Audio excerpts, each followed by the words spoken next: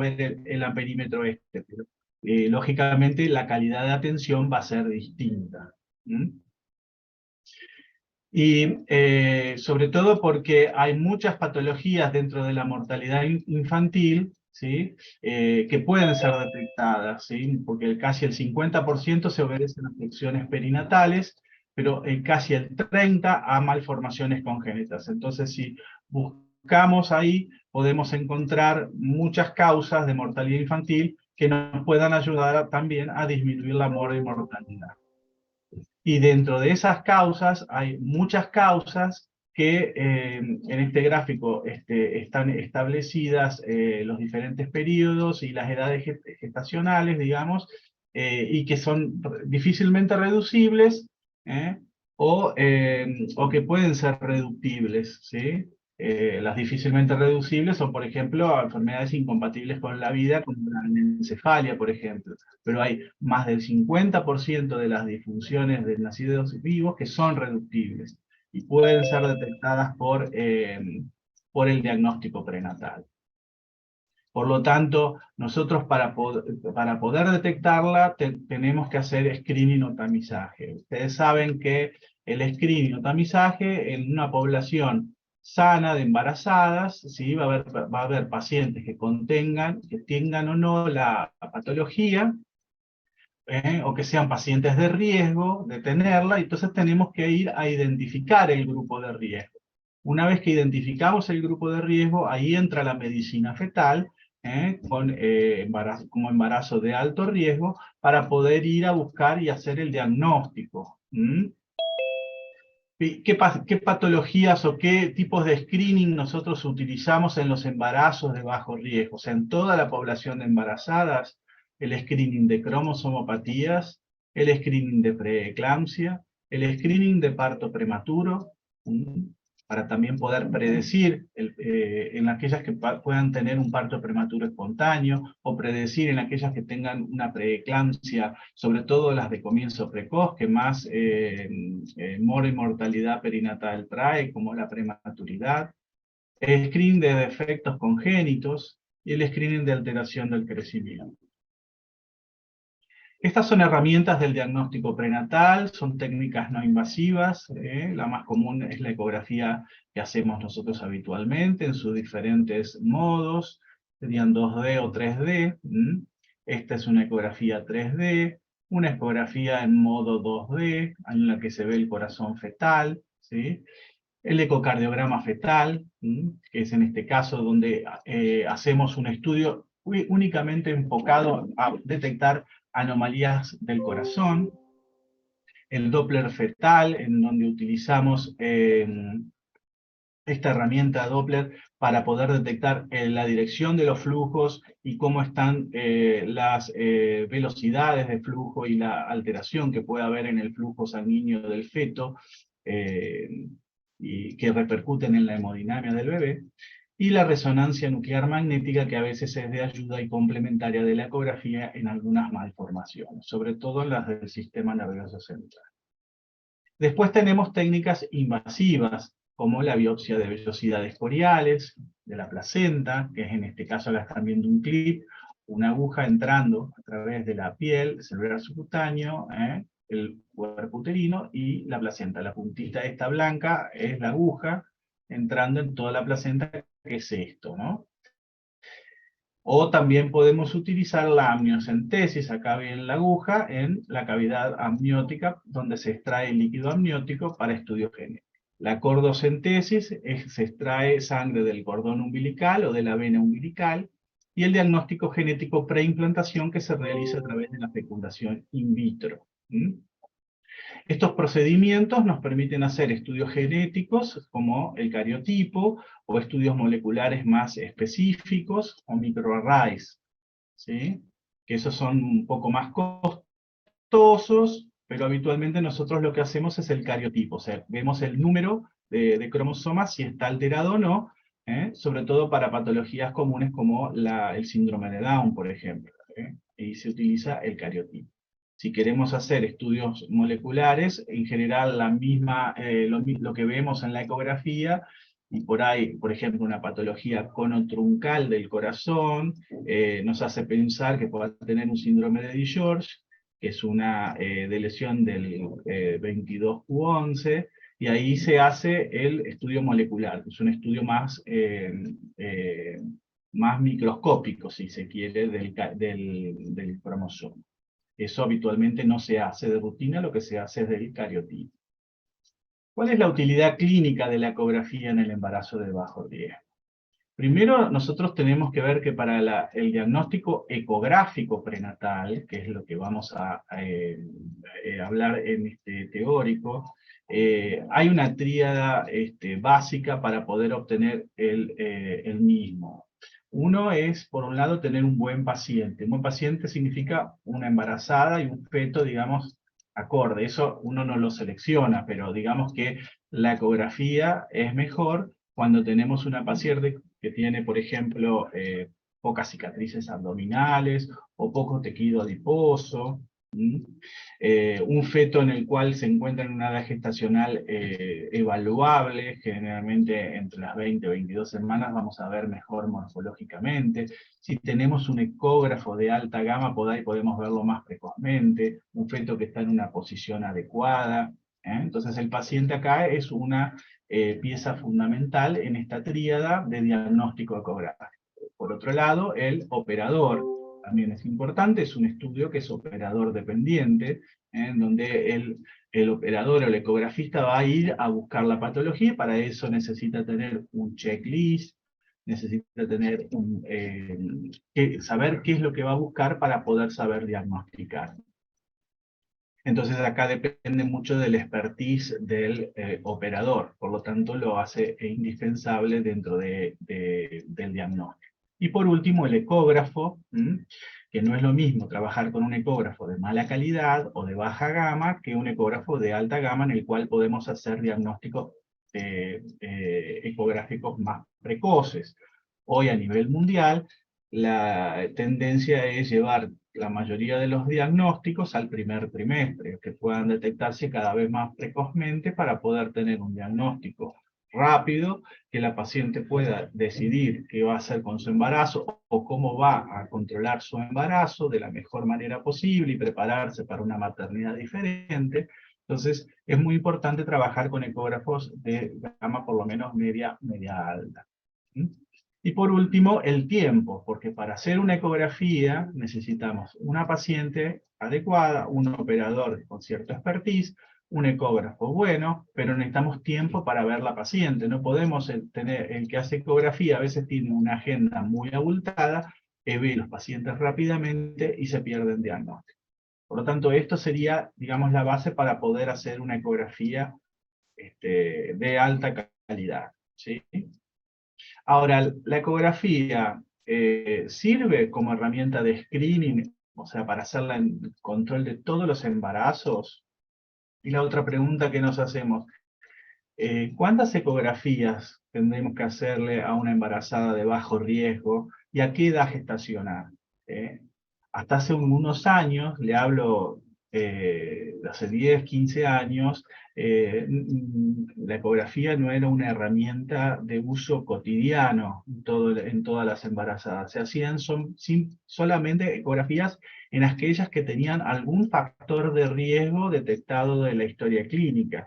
¿Sí? Por ejemplo, aquella que había tenido antecedentes de un feto muerto, o que había tenido un malformado previo. Entonces, ¿qué pasa? La mayoría de las embarazadas, el 90% de las embarazadas se pierden, ¿sí? Porque la patología que tiene alto riesgo es el 10%, digamos, de la población general.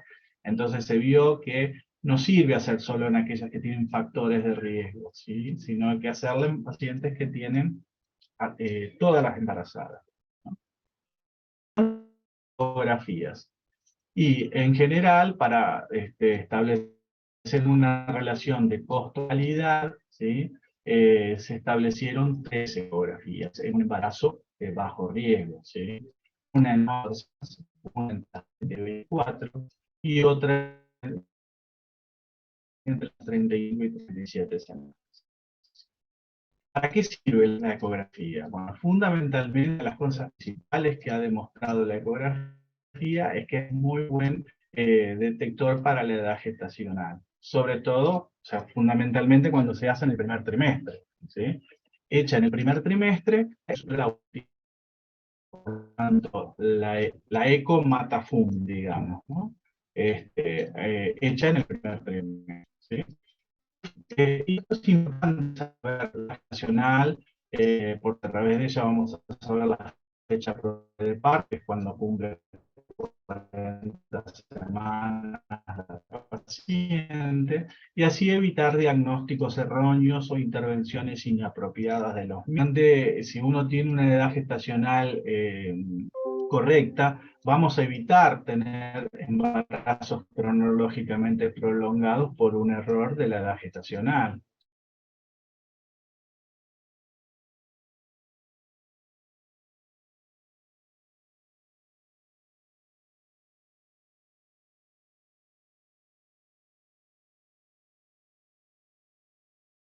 En la edad gestacional nos puede hacer confundir o creer que un feto tiene un crecimiento intrauterino restringido o es un pequeño para la edad gestacional, debido a que está mal sacada la edad gestacional. Entonces, para eso es importante tener una edad gestacional hecha al principio del embarazo por una ecografía. Consecuentemente, no solo para el crecimiento, sino para también evitar hacer maduraciones pulmonares o uso de terapia tocolítica, ¿sí?, en vano. Por un error de edad gestacional, uno cree que es un embarazo prematuro y le hace maduración pulmonar, y en realidad es un embarazo con mayor edad gestacional, o al revés, uno cree que tiene más edad gestacional y es prematuro. O sea, la edad gestacional es fundamental para evitar hacer intervenciones innecesarias. Otra utilidad muy importante, que únicamente se puede ver precozmente con la ecografía, es la detección de un embarazo gemelar, ¿sí?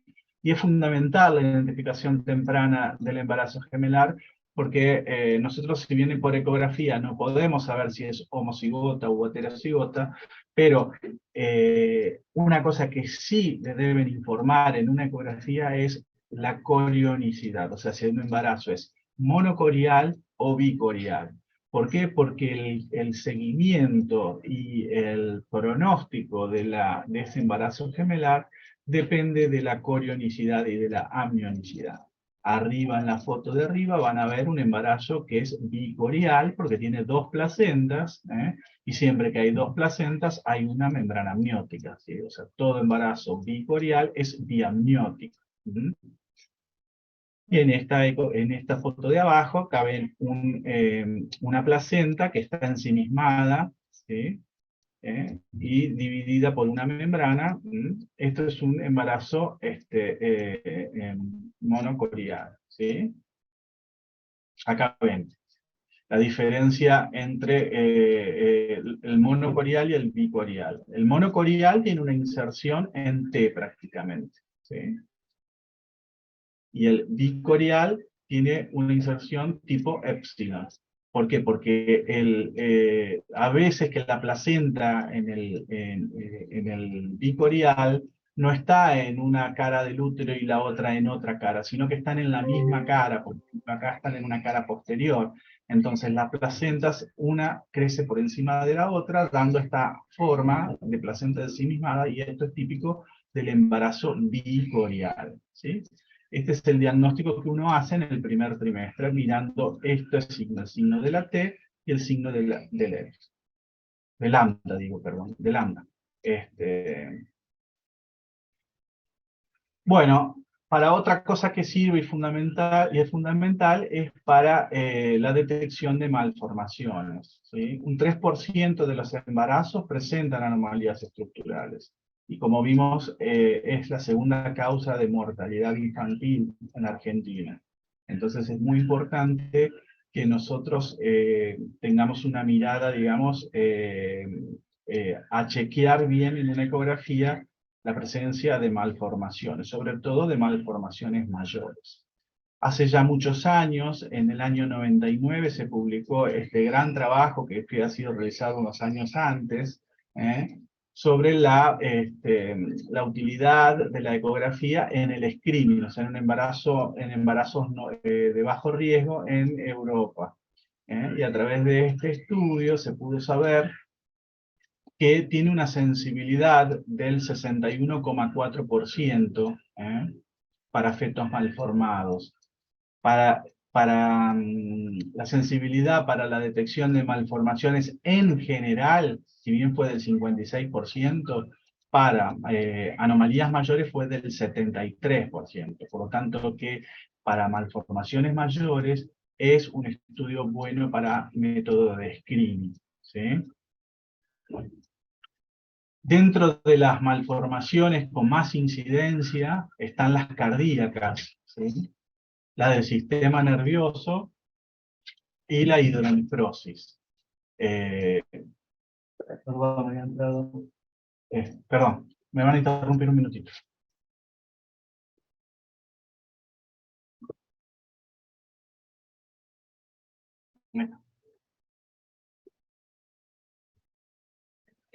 Bueno, estas son en general las patologías más frecuentes, cardíacas, el sistema nervioso, las patologías renales, la de la cara, ¿sí? La espina bífida, la anencefalia, los defectos de la pared abdominal, la hernia fragmática, ¿sí? Pero en detección, ¿sí? Si bien las cardíacas eran las más frecuentes, miren, no son las más detectadas, ¿sí? Representan el 27% de detección. O sea, muy poca detección de patologías cardíacas. O sea, cuesta ver el corazón, ¿sí? Las más frecuentemente detectadas son la anencefalia, la espina bífida, la hidrocefalia, la hidronefrosis, o sea, patologías renales, ¿sí? Las patologías de la pared abdominal. Pero las cardíacas cuestan.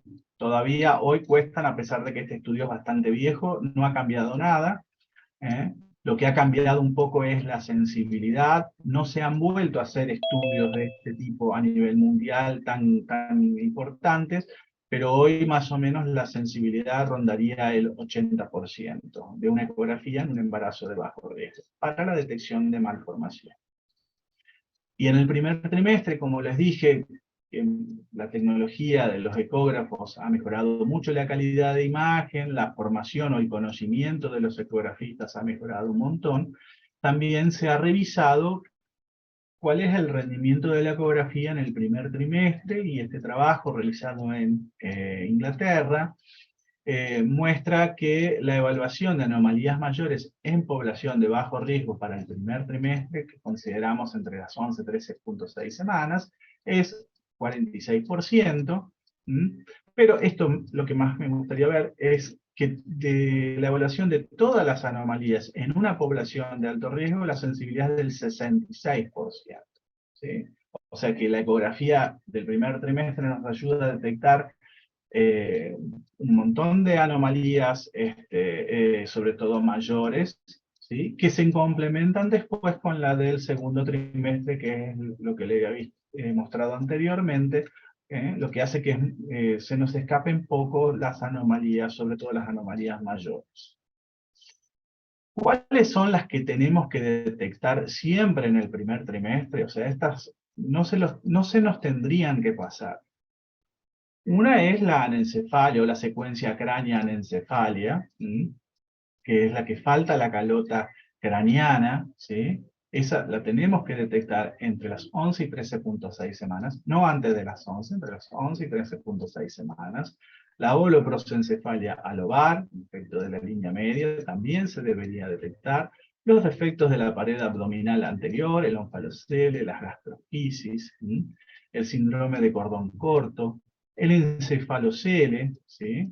Que es una solución de continuidad en el cráneo por donde pasa meninges o tejido encefálico, la pentalogía de Cantrell, que es otro defecto de la línea media, y la atresia tricuspidea y pulmonar cuando se puedan ver en el primer trimestre, porque muchas veces el corazón está normal en el primer trimestre y hace una patología evolutiva apareciendo en realidad en el segundo trimestre, pero cuando está en el primer trimestre debería ser detectable.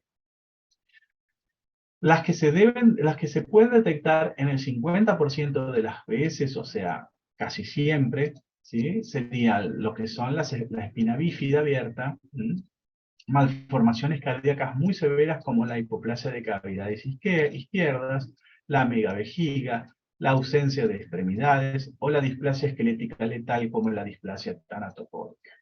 Esta sobre todo hago hincapié porque la espina bífida abierta, o el meningocele, o mielomeningocele, es una patología que detectada precozmente, el tratamiento hoy, digamos, como gol estándar, es la cirugía fetal.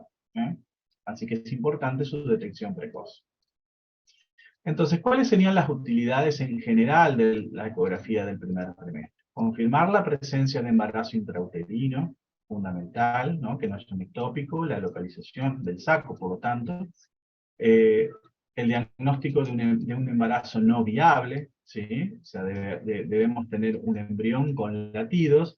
En el caso de que encontremos un embrión sin latidos y tiene más de 25 milímetros, en general ya eso se podría considerar como que es un embarazo no viable. ¿Sí? O sea, el tamaño de la longitud embrionaria es importante también para confirmar la viabilidad del embrión cuando no se ven latidos. El cálculo de la edad gestacional, como les dije, es fundamental, usando la longitud cráneo-caudal, el número de fetos y por lo tanto evaluar bien la corionicidad y amionicidad en embarazo gemelar. Confirmar la actividad cardioembrionaria, si hay masas anexiales o uterinas, y detección de malformaciones fetales de alta letalidad, como la holoprosencefalia o la anencefalia, como les dije. Bueno, y en el primer trimestre, digamos que uno de los screening que se utiliza es el cribado combinado del primer trimestre, ¿sí? Que se usa para el screening de cromosomopatías. En este cribado nosotros utilizamos la edad y la historia materna, ¿sí? La ecografía, a través de la búsqueda de ciertos marcadores, y la bioquímica. Ustedes saben que la edad materna es un factor de riesgo, digamos, para cromosomopatías, sobre todo la trisomía 21. Entonces, a mayor edad materna, generalmente por encima de los 35 años, ustedes ven que hace como un ascenso exponencial del riesgo de trisomía 21. ¿Sí? Entonces, la edad materna es un factor de riesgo. La ecografía, nosotros utilizamos varios marcadores, pero principalmente el marcador, digamos, estrella es la translucencia nucal. Después estarían el Doppler de la válvula tricúspide y el ductus venoso. Y la bioquímica también es importante para complementar este cribado, usando dos hormonas placentarias que están en circulación materna, se sacan sangre, y se utiliza la fracción libre de la subunidad beta-HCG y la proteína plasmática placentaria tipo A. Entonces, con esto tenemos el cribado que tiene en general una tasa de detección mayor al 95% para lo que es trisomía 21. Esto es un estudio de screening, no es un estudio de diagnóstico de síndrome de Down. ¿Sí? Acá ven la foto que nosotros tenemos que realizar para obtener alguno de los marcadores. Uno de los marcadores que les dije es la translucencia nucal. Es esto que medimos acá. Esta es una imagen de lo que es la cabeza y la parte superior del tórax de un feto en un corte longitudinal, donde vemos acá adelante lo que es la piel. Este es el hueso nasal, que es otro de los marcadores que nosotros utilizamos. El paladar. Este es el tronco del encéfalo, esta imagen negra.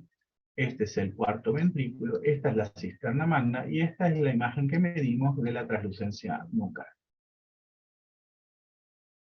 Los marcadores bioquímicos, sí, están establecidos que para lo que es trisomía 21 suele dar alta la fracción libre de beta-HCG y baja la PAP-A.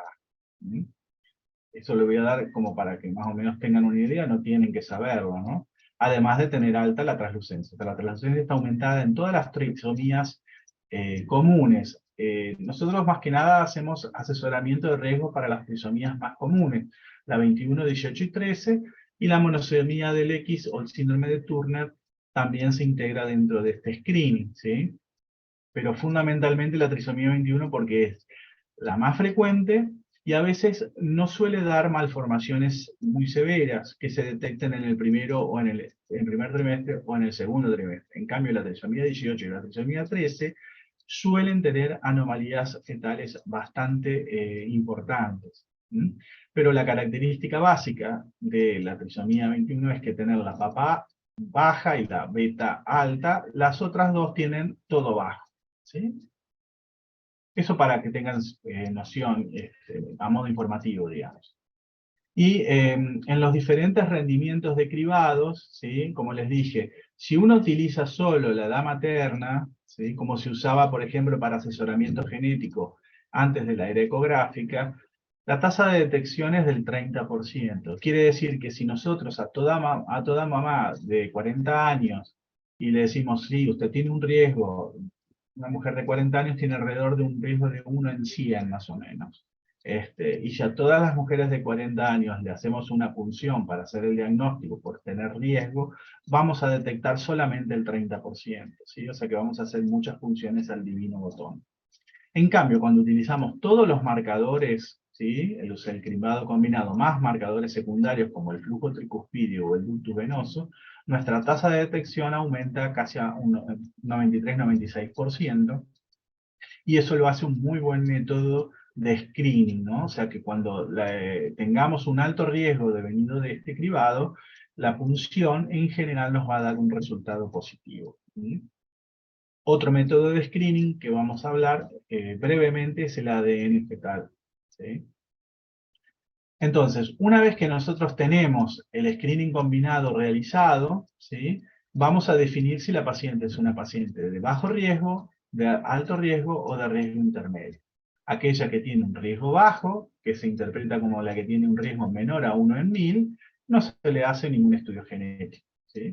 La que tiene un riesgo alto, mayor a 1 en 100, le ofrecemos hacer un estudio diagnóstico que es el cariotipo. ¿Sí? Y las que tienen riesgo intermedio las evaluamos personalmente, muchas veces lo que se le puede ofrecer es un ADN fetal o un scan fetal precoz a las 16 semanas. No se hace mucho más en el riesgo intermedio. Pero esto es básicamente para que ustedes comprendan que un screening combinado, o sea, hacer una translucencia nucal y hacer todo este screening combinado, no es diagnóstico de síndrome de Down, sino que es un método de screening que nos permite definir qué paciente va a ir o no va a ir a un estudio diagnóstico. ¿Sí? Les dije del ADN fetal. El ADN fetal, en el año 2011 se hizo esta publicación, donde se evaluó que había ADN circulante, ADN fetal circulante de la madre, y ese ADN se secuenció, y se validaron los estudios de esa secuenciación, obteniendo que la tasa de detección o la sensibilidad para síndrome de Down, trisomía 21, llegaba alrededor del 100%, con una especificidad del casi 98% y un altísimo valor predictivo negativo. O sea que cuando este estudio era negativo, lo más probable es que la paciente no tuviera la condición de una trisomía 21. Esto igualmente es un estudio de screening, no es diagnóstico el ADN fetal. Si ante un ADN fetal en el que da de alto riesgo, hay que hacerle una punción. ¿Sí? Pero hoy por hoy es el método de screening con más mayor tasa de sensibilidad y digamos de elección para el screening de trisomía 21. Con respecto al ADN fetal para trisomía 13 y 18, también es un muy buen método de screening, un poquito menos que el para trisomía 21, pero como les dije, en general, la trisomía 18 y 13 suelen tener malformaciones muy severas. Entonces, hoy, ¿cuáles serían las indicaciones para hacer un ADN fetal? básicamente en las mamás de más de 35 años, sobre todo las mayores de 40. Las que tengan signos ecográficos de aneuploidías, ¿sí?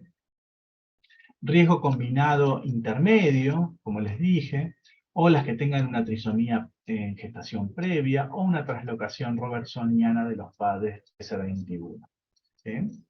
De todos modos, es un estudio costoso que no está disponible en el sector público, por lo tanto, son pacientes seleccionadas las que pueden acceder. Hay países en los cuales ya lo tienen estipulados como método de screening y se realiza, pero en la mayoría del mundo, digamos, se realiza sobre todo en pacientes mayores de 40 años y con riesgo intermedio de aneuploidía. Entonces acá tienen la foto que yo les había mostrado antes, la foto que obtenemos, y vamos a ir acá a ver el marcador del hueso nasal, ¿sí? Y el marcador de la translucencia nucal, que está medido, es 1.42. Se mide, pero todos estos marcadores que uno va evaluando, el hueso nasal, acá viene una translucencia nucal que está evidentemente aumentada, ¿sí? Cuando está por encima de 3,5 está muy aumentado, el feto además tiene todo un edema subcutáneo, ¿no? Todos estos marcadores no se analizan exclusivamente aislados, se van integrando con la edad materna y con la bioquímica en un programa que es de la Fetal Medicine Foundation, y ese programa nos dice el riesgo que tiene la mamá. Y en base a ese riesgo es que nosotros definimos si va o no a una punción. Salvo en este caso que tiene una translucencia mayor de 3,5, en esta paciente sí o sí va a ir a una punción porque tiene un alto riesgo no solo de cromosomopatía, sino de cardiopatía o de alteraciones esqueléticas u otras enfermedades que necesitan un estudio genético. Este sería el otro marcador, que es el ductus venoso. Ustedes ven que esta es la entrada del cordón umbilical, acá ven la arteria umbilical saliendo de la pancita del bebé, y acá viene la vena umbilical que ingresa, pasa su recorrido intrahepático, y acá se ve una gran manchita de hiperflujo, y esa es la conexión de la vena umbilical con el corazón, y esto es lo que se llama ductus venoso, que después de la etapa prenatal se oblitera, y es lo que, forma el ligamento suspensorio libre, creo. Pero bueno, se oblitera y queda, y desaparece postnatal. Este es un marcador, digamos, de cromosomopatía. ¿Sí? Esta es la onda que tenemos que obtener, que es normal.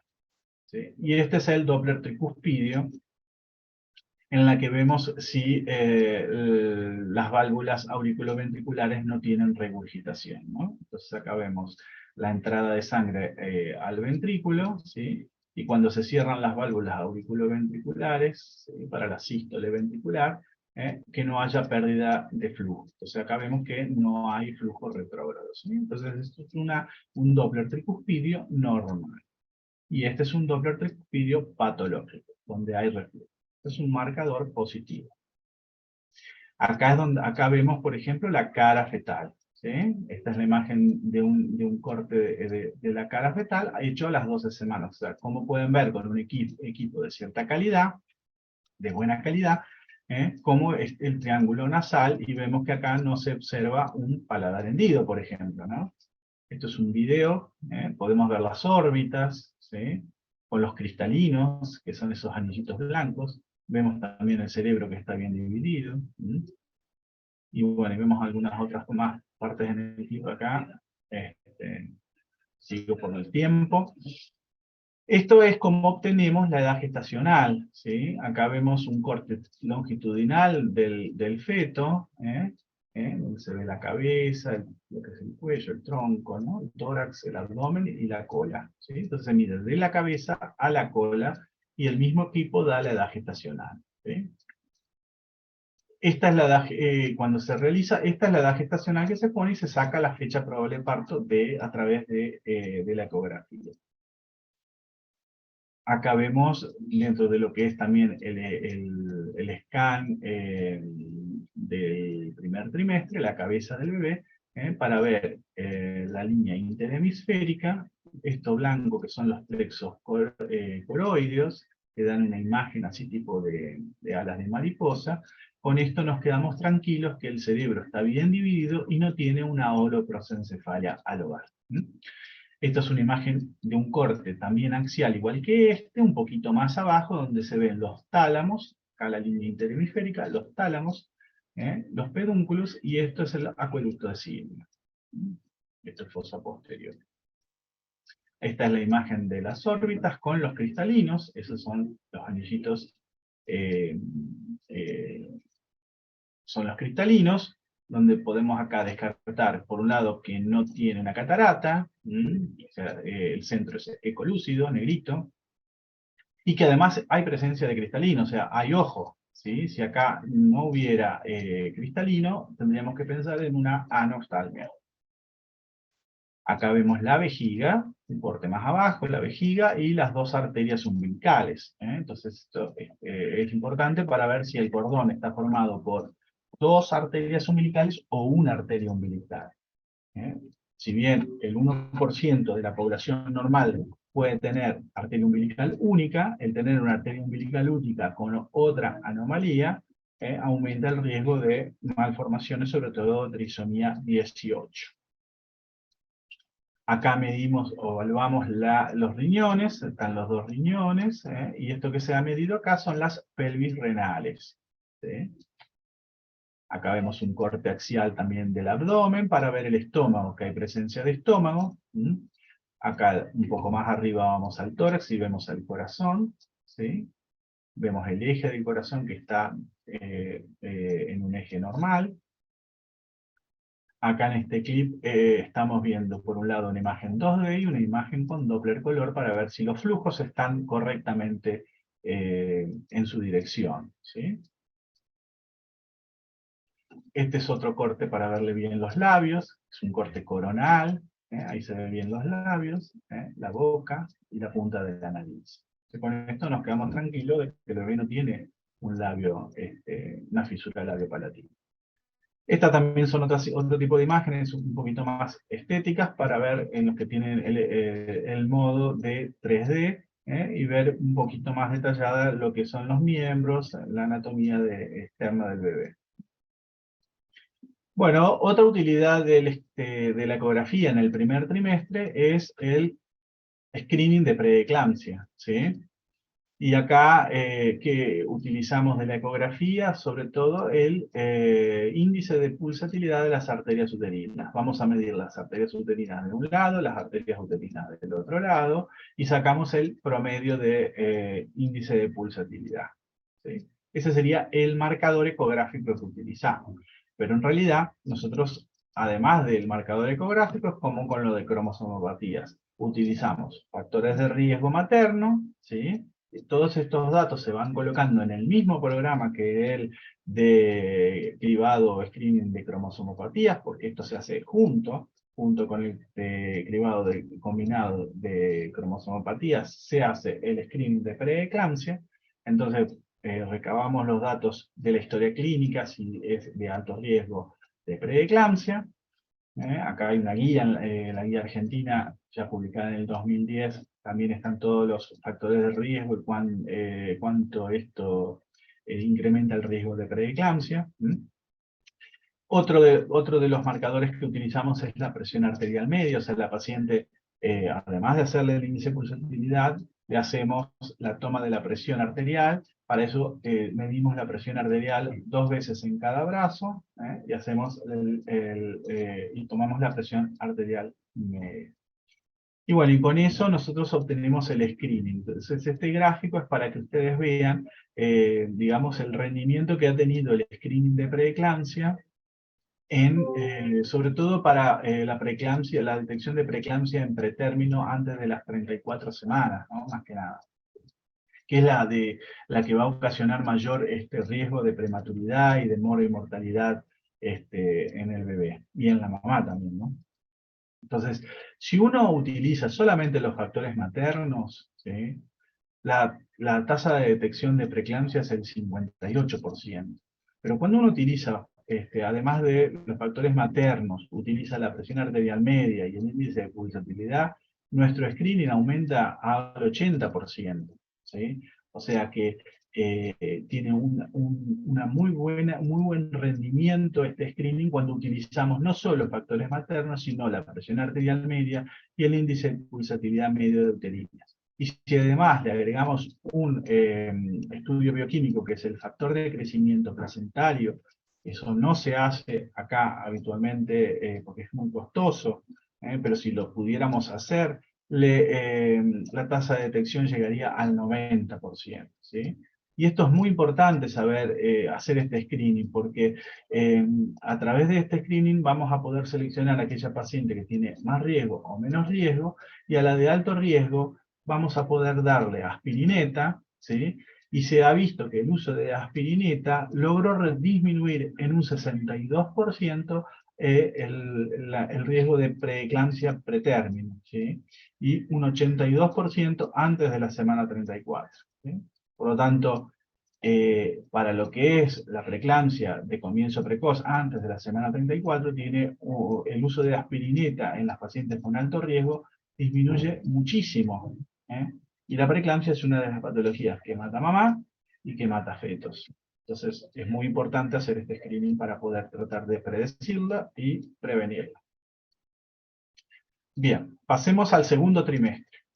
Segundo trimestre vamos a ver, básicamente en la ecografía, para el diagnóstico prenatal ecográfico, cómo está el bebé, o sea, la situación y posición fetal. Vamos a revisar todo el bebé, a ver el estudio morfológico.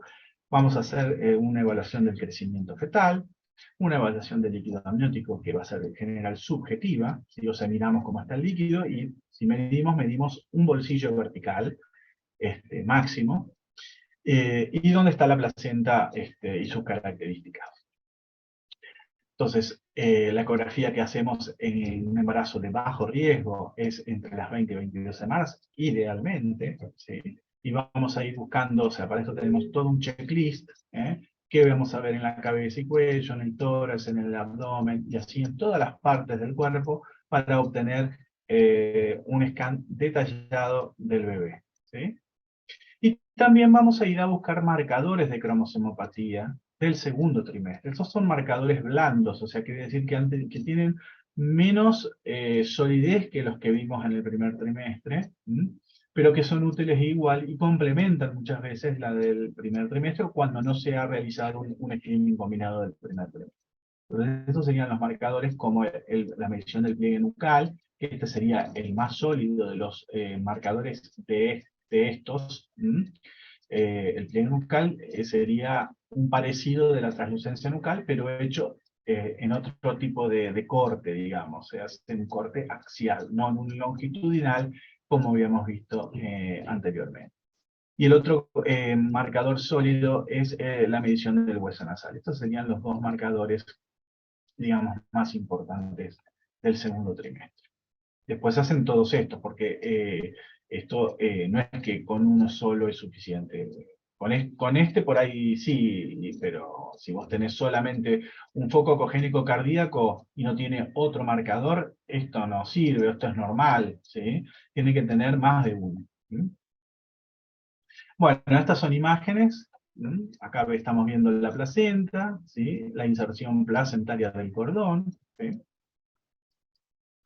Acá vemos dentro de la placenta una de las patologías que hay que ir a rastrear, sobre todo cuando tenemos una mamá que tiene antecedentes de cesárea anterior y una placenta previa, como en este caso. Acá vemos el cuello del útero, corte longitudinal de la pelvis materna, vemos el cuello del útero y vemos la placenta como está tapando, este es el canal cervical, este sería el OCI, y está cubriendo todo el cuello del útero de la placenta. Tiene múltiples lagunas, tiene como una protrusión hacia adelante, acá estaría la vejiga, ¿no? Y si le ponemos Doppler color, hay una intensa o marcada vascularización del espacio vesicuterino, ¿sí? Y otros detalles técnicos, pero bueno, esto es importante ir a buscarlo en las pacientes, sobre todo que tienen antecedentes, o si nos encontramos con esta situación de una placenta previa. Lo mismo, la cara la podemos ver mucho más nítidamente, ¿sí?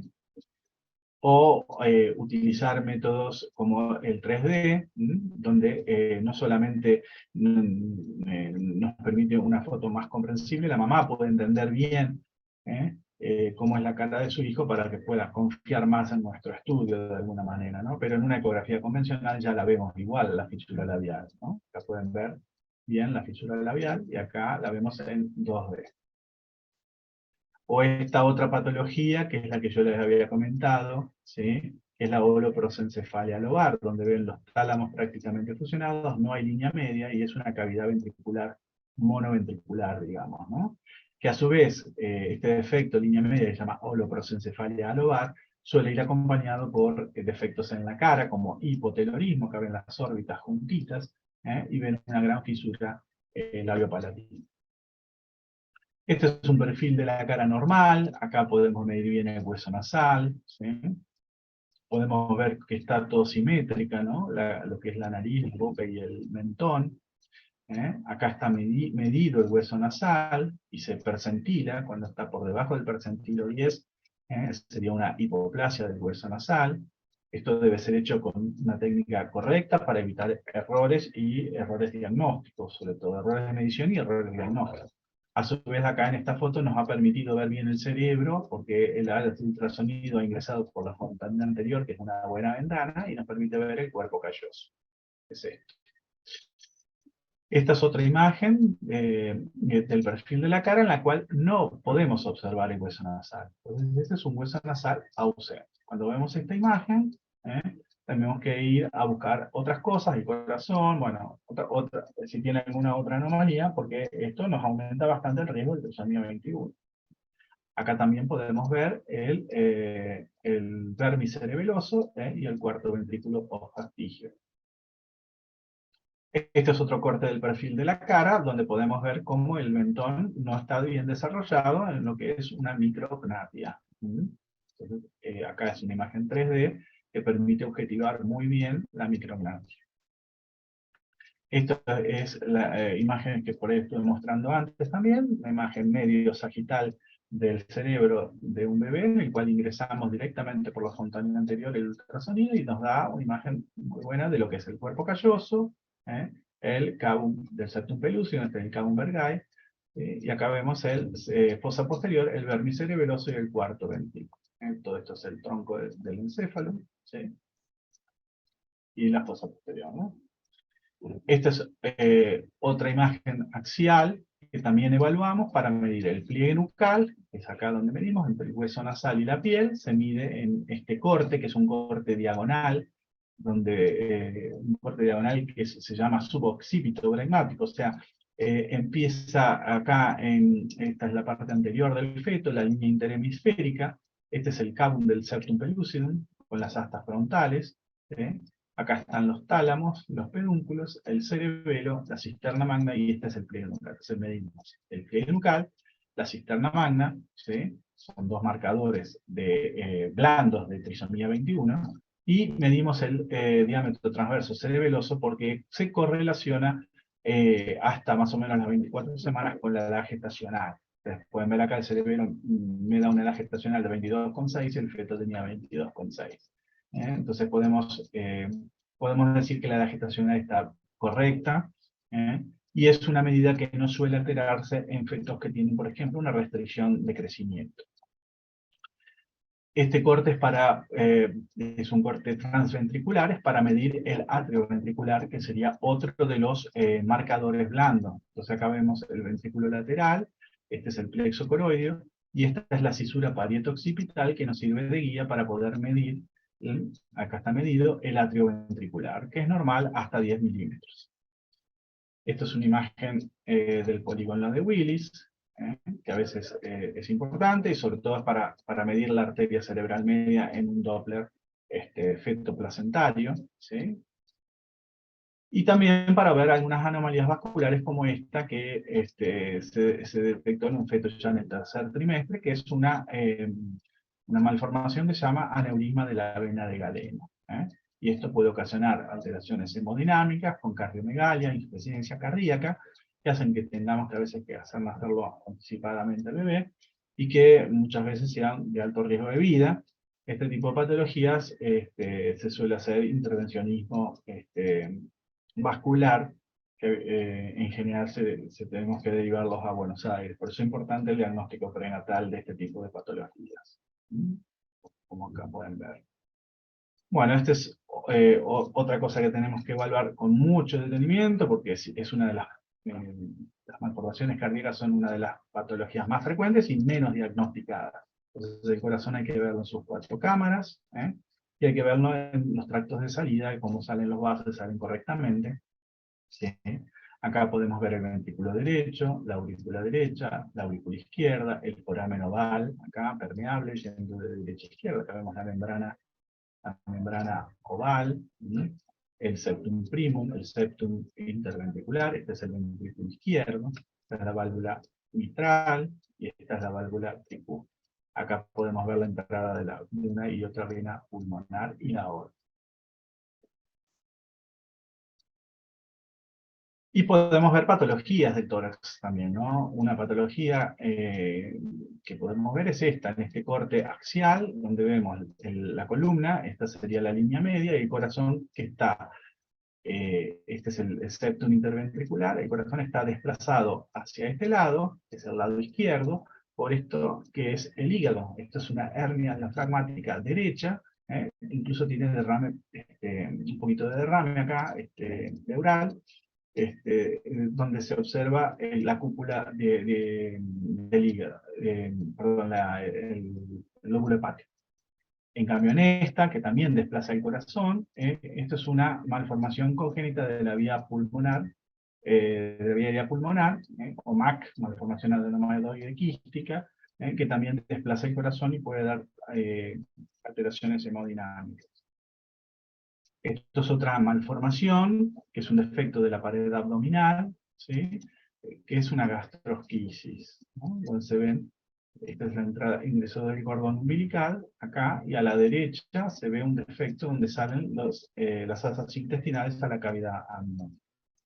Esto se detecta, se hace el control, el seguimiento, y si es una gastrosquisis simple, tiene una muy buena sobrevida con una recuperación perfecta, ¿no? Así que es importante el diagnóstico. Es otro defecto en la línea media bastante grande, que es un ónfalocele, ¿sí? Acá ven el cordón umbilical, pero arriba del cordón se ve un gran defecto de la pared abdominal anterior, que además contiene hígado, ¿no? Y ven la membrana que lo cubre. En cambio en la gastrosquisis no hay membrana que lo cubra. Acá vemos lo mismo, un ónfalocele, los genitales un feto masculino. La columna es hay que verla también muy bien, ¿sí? Acá vemos un corte longitudinal de la columna, vemos que la piel está intacta, ¿sí? Acá vemos el cono medular, que habitualmente llega hasta L2, L3, eso lo contamos y lo evaluamos para ver que no tenga lo que se llama una médula anclada, pero fundamentalmente lo que hay que ver es que tenga la piel intacta y que los arcos posteriores, como se ven acá, estén normales, ¿sí? Y que no haya esto, que no haya un puntito acá atrás, que es diagnóstico de un mielomeningocele, ¿sí? Esto es un corte axial y esto es un corte longitudinal donde se ve un saco por un defecto neural posterior.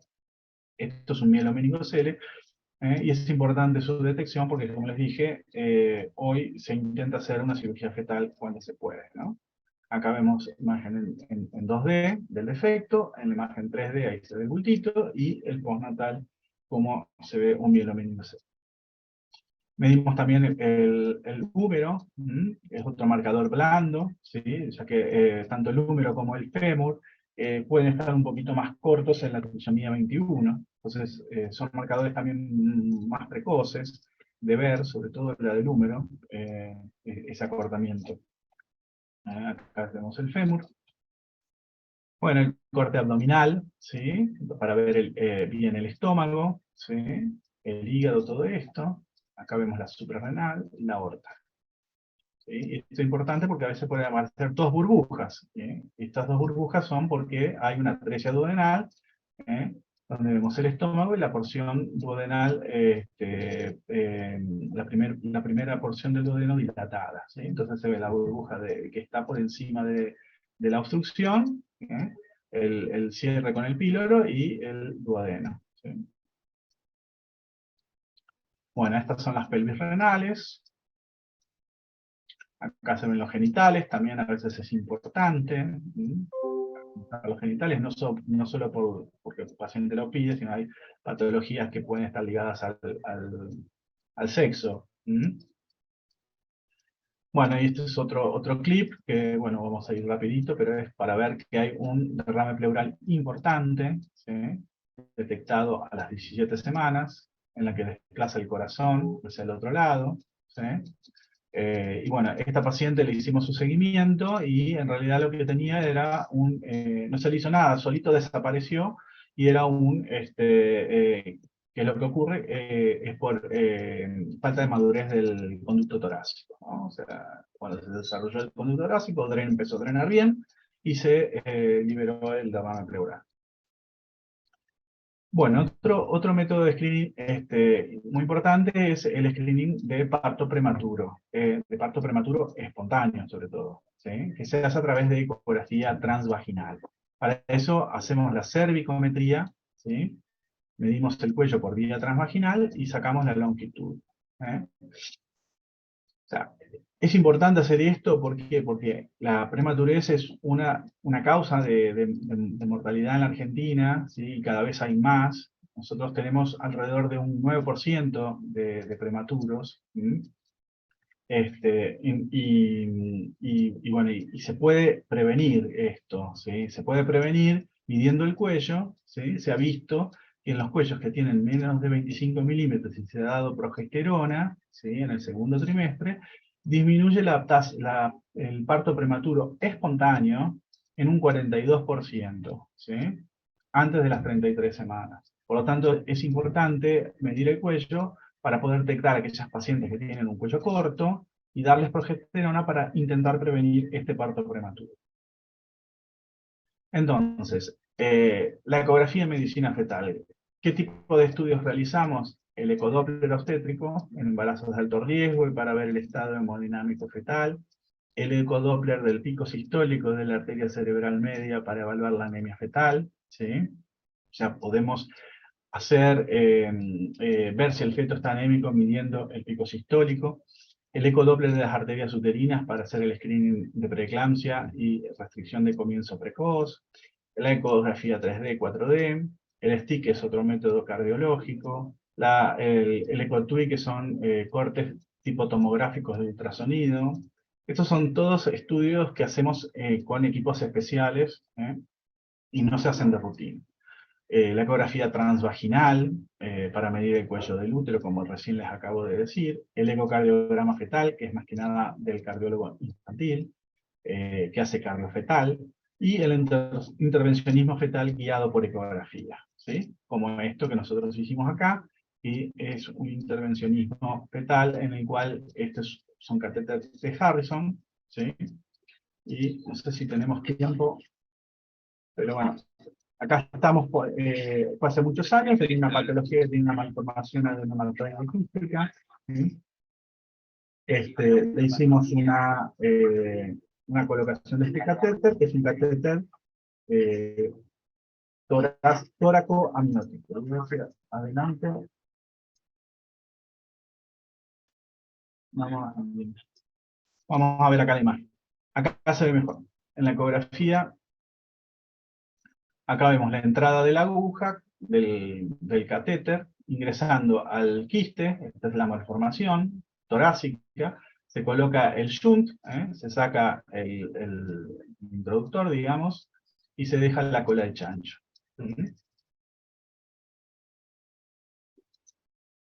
Ahí estamos, se está sacando el catéter,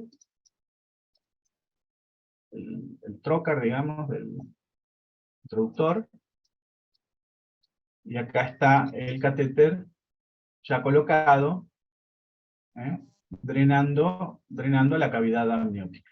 ¿Sí? Entonces esto se achica, el corazón vuelve a su lugar y mejora las condiciones hemodinámicas que permite que el bebé pueda llegar al término y nazca sin problema. Entonces, el equipo de diagnóstico prenatal tiene diferentes niveles de atención.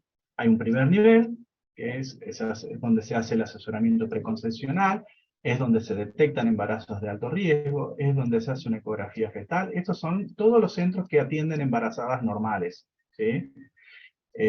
Para hacer la detección, para poder detectar a aquellos pacientes con riesgo y mandarlos al segundo nivel, donde se hace una ecografía más detallada, más específica, con ecocardio fetal, donde se le hace un procedimiento invasivo para hacer un estudio genético, se le hace un asesoramiento y un apoyo psicológico, y hay un tercer nivel que es donde se hace cirugía fetal.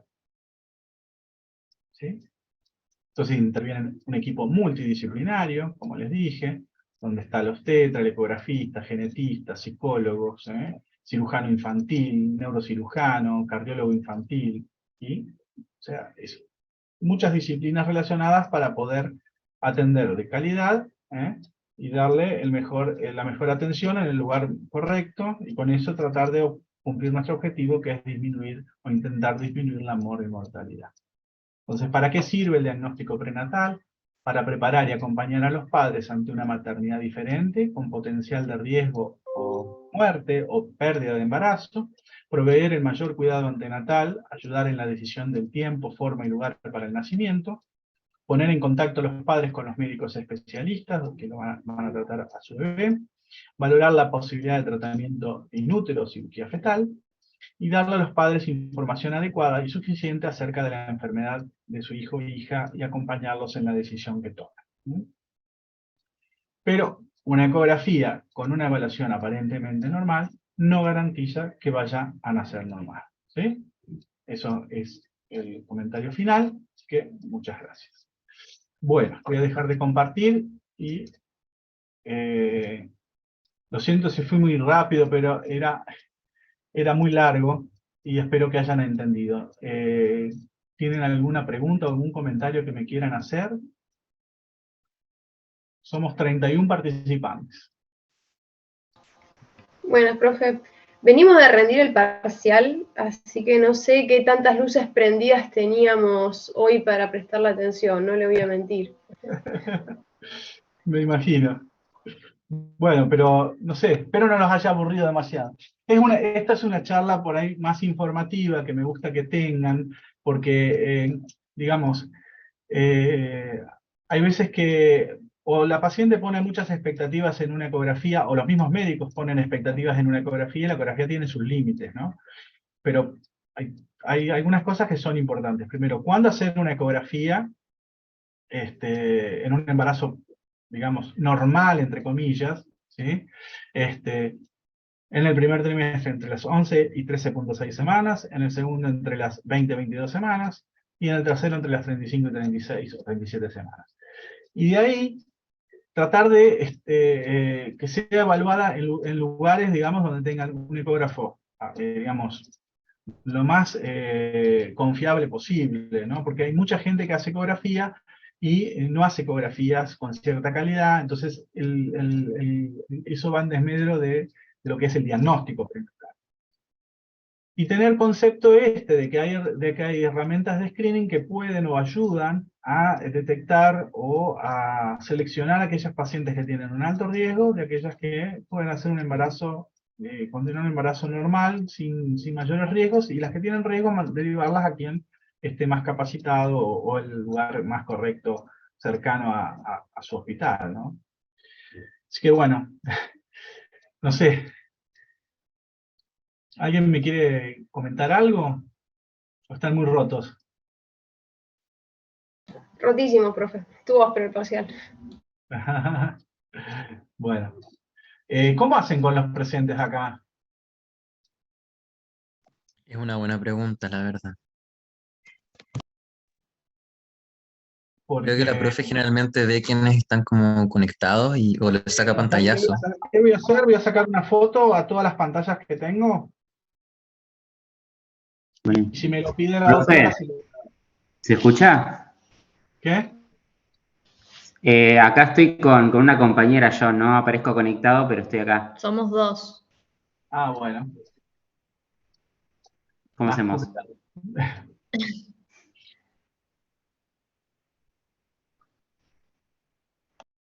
Ajá. Profe, un compañero está en sala de espera.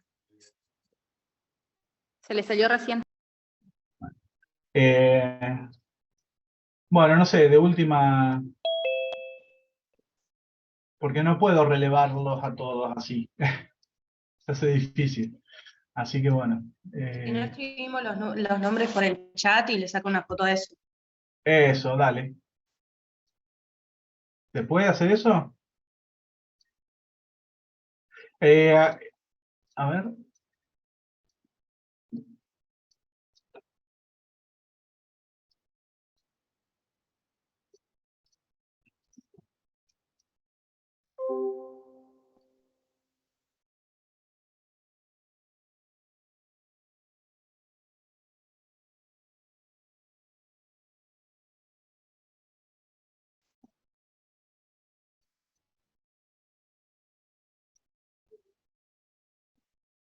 A ver si...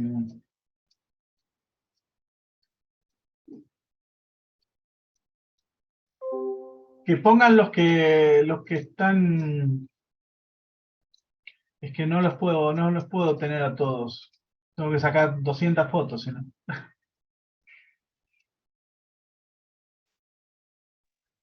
Creo que hay una forma de descargar el chat entero, como un Word o algo así, un blog de notas, pero no sé cómo se hace.